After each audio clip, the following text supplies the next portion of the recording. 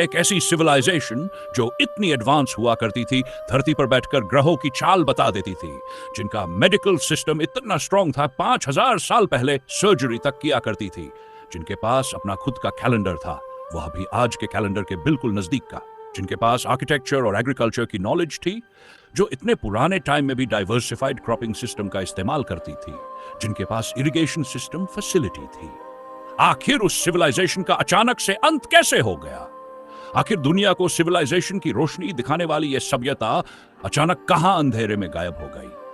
अब आप सोच रहे होंगे कि आखिर हम बात किसकी कर रहे हैं। तो बता दें कि हम बात कर रहे हैं दुनिया की सबसे रहस्यमय और प्राचीनतम सिविलाइजेशंस में से एक, इजिप्शियन सिविलाइजेशन की। आखिर ऐसा क्या था इस सिविलाइजेशन में कि आज 5000 साल बाद भी यही एक अनसुलझी गुत्थी की तरह है?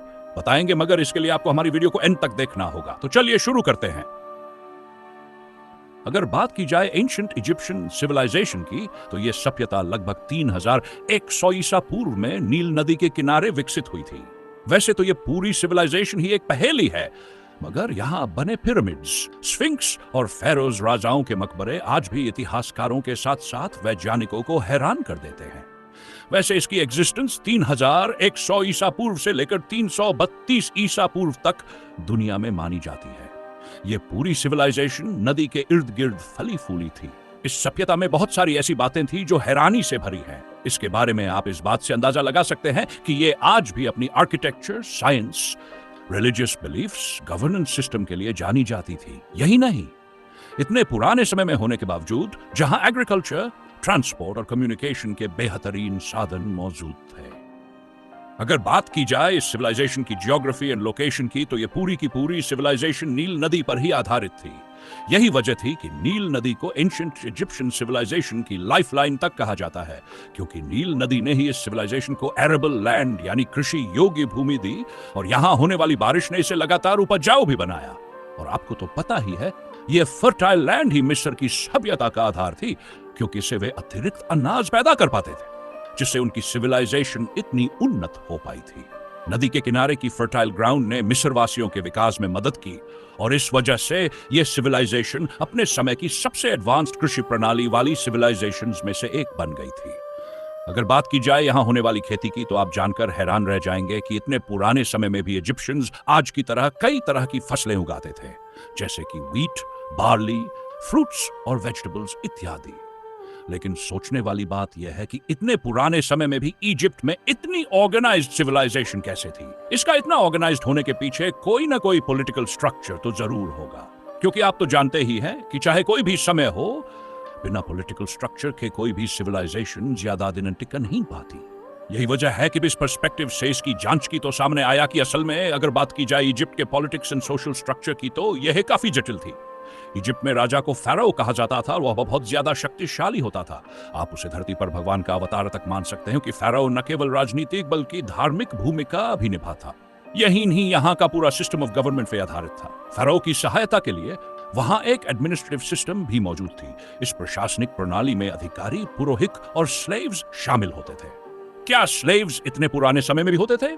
जी हाँ, इजिप्ट की सिविलाइजेशन में स्लेव्स का भी एक महत्वपूर्ण स्थान था, लेकिन इस समय के स्लेव्स मिडीवल स्लेव से बिल्कुल अलग थे। ऐसा इसलिए क्योंकि आपने बहुत सारी इतिहास की किताबों में पढ़ा होगा कि स्लेव्स को खरीदा बेचा जाता था और उन पर अत्याचार किया जाता था। लेकिन इजिप्शियन सिविलाइजेशन में ऐसा बिल्कुल नहीं होता था। यहाँ स्लेव्स कभी भी अपनी दास्ता से मुक्ति पास करते थे। यहाँ पर स्लेव्स को भी अधिकार मिले हुए, और शायद इजिप्ट की इस एडमिनिस्ट्रेटिव सिस्टम ने ही देश में पॉलिटिकल स्टेबिलिटी और डेवलपमेंट को इंश्योर किया था। वैसे आसान वर्ड्स में इजिप्ट की सभ्यता की संरचना पिरामिड की तरह थी। हाँ, आपने सही सुना, और ऐसा इसलिए क्योंकि इस पिरामिड में सबसे ऊपर फेरो और उनकी फैमिली थी। इसके बाद एडमिनिस्ट्रेशन ऑफिसर्स, फिर पुरोहित और सैनिक आते थे। उसके नीचे व्यापारी, कारीगर और किसान थे, और सबसे निचले स्तर पर स्लेव्स और नौकर आते थे। इससे स्पष्ट होता है कि इजिप्शियन सिविलाइजेशन आर्थिक रूप से डिफरेंट सेक्शंस में डिवाइडेड थी। वैसे हम आपको बताते चले कि इजिप्ट अकेला देश नहीं है जहां इस तरह का विभाजन था। भारत में भी एक वैदिक काल के समय समाज 4 वर्गों में विभाजित था: ब्राह्मण, क्षत्रिय, वैश्य और शूद्र।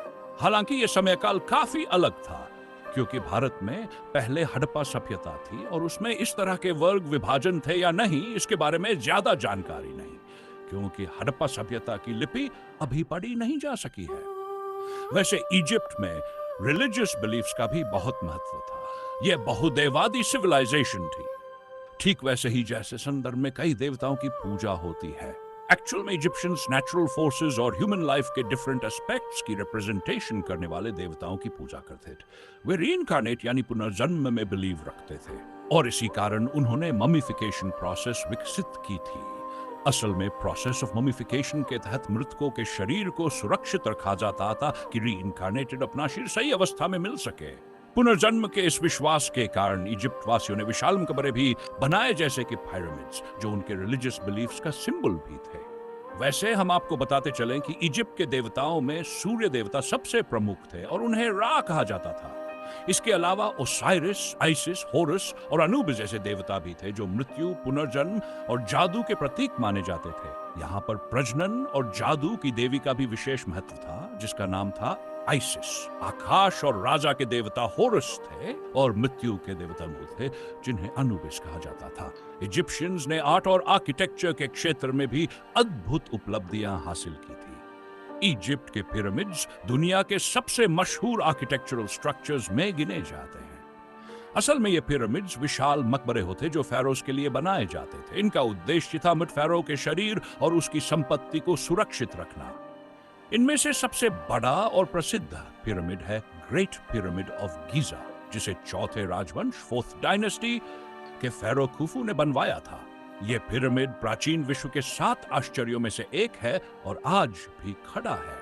अब सोचिए जरा, इस पिरामिड का निर्माण करीब 4500 साल पहले हुआ था। इतने पुराने समय में बिना मॉडर्न मशीन्स के इतना विशाल ढांचा बनाना आज भी एक रहस्य है। इतना ही नहीं, इन पिरामिड्स की बनावट और दिशा इतनी सटीक है कि वे आज भी खगोल विज्ञानी और गणित के चमत्कारिक उदाहरण माने जाते हैं।